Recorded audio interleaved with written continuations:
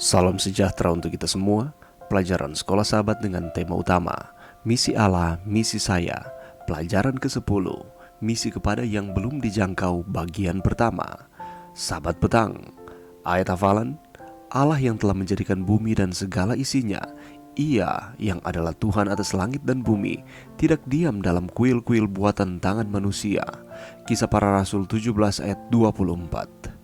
Ketika menggambarkan apa yang dilakukan Paulus di Athena, Lukas menulis, "Karena itu, di rumah ibadat ia bertukar pikiran dengan orang-orang Yahudi dan orang-orang yang takut akan Allah, dan di pasar setiap hari dengan orang-orang yang dijumpainya di situ."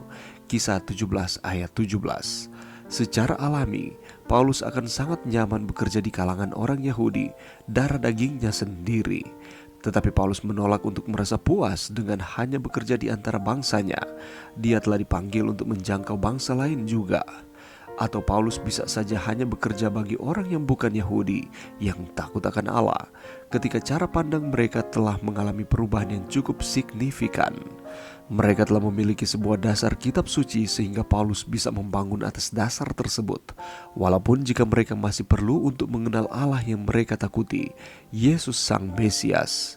Tetapi tidak, ketika berada di Athena, sebuah kota yang terkenal dengan filsafatnya, Paulus mencoba untuk menjangkau orang-orang di sana juga. Banyak dari orang-orang ini memiliki sebuah latar belakang dan cara pandang yang secara radikal berbeda dengan orang-orang Ibrani dan dengan sejarah suci mereka yang telah membentuk fondasi iman yang Paulus ingin ajarkan kepada orang-orang Athena ini.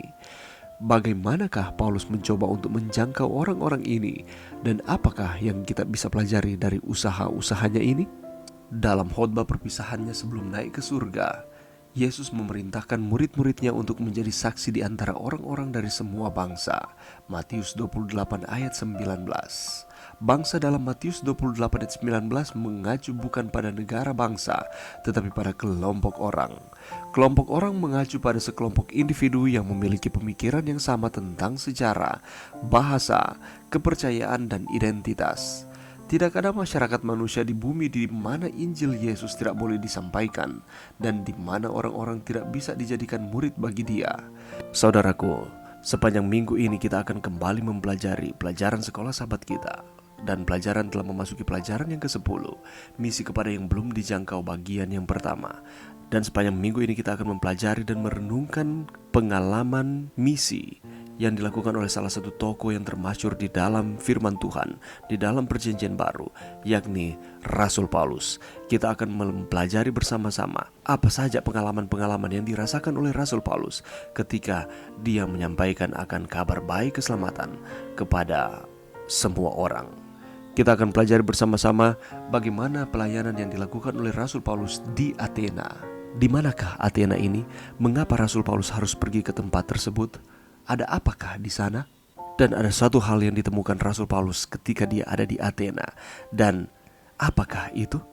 Kita juga akan melihat bersama-sama pelayanan Rasul Paulus di Areopagus. Di manakah Areopagus ini? Dan apakah pengalaman yang dia temukan di sana? Dan bagaimana caranya Paulus berinteraksi dengan orang-orang kafir penyembah berhala di sana? Dan kita akan pelajari bersama-sama apa saja yang dilakukan oleh Rasul Paulus dalam usahanya untuk menjangkau orang-orang dengan kabar baik.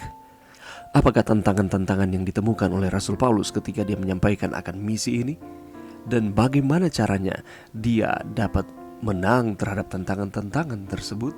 Dan ketika dia berada di dalam wilayah bangsa-bangsa kafir, dia menemukan ada Allah yang tidak dikenal. Apakah yang dimaksudkan dengan Allah yang tidak dikenal ini?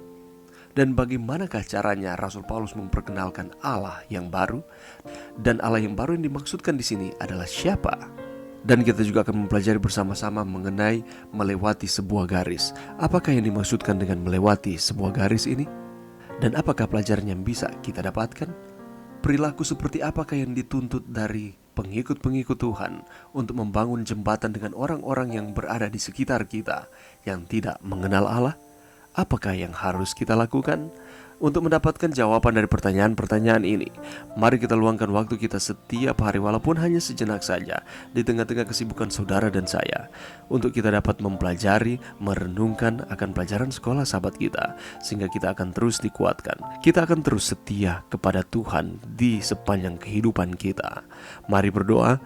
Terima kasih Tuhan atas firman-Mu pada saat ini, dan bantu kami Tuhan untuk kembali mempelajari akan pelajaran sekolah sahabat, pelajaran yang ke-10, untuk dengan tekun kami dapat mempelajarinya, sehingga kami akan terus dikuatkan, kami akan terus setia kepada Tuhan. Ini doa kami di dalam nama Yesus. Amin.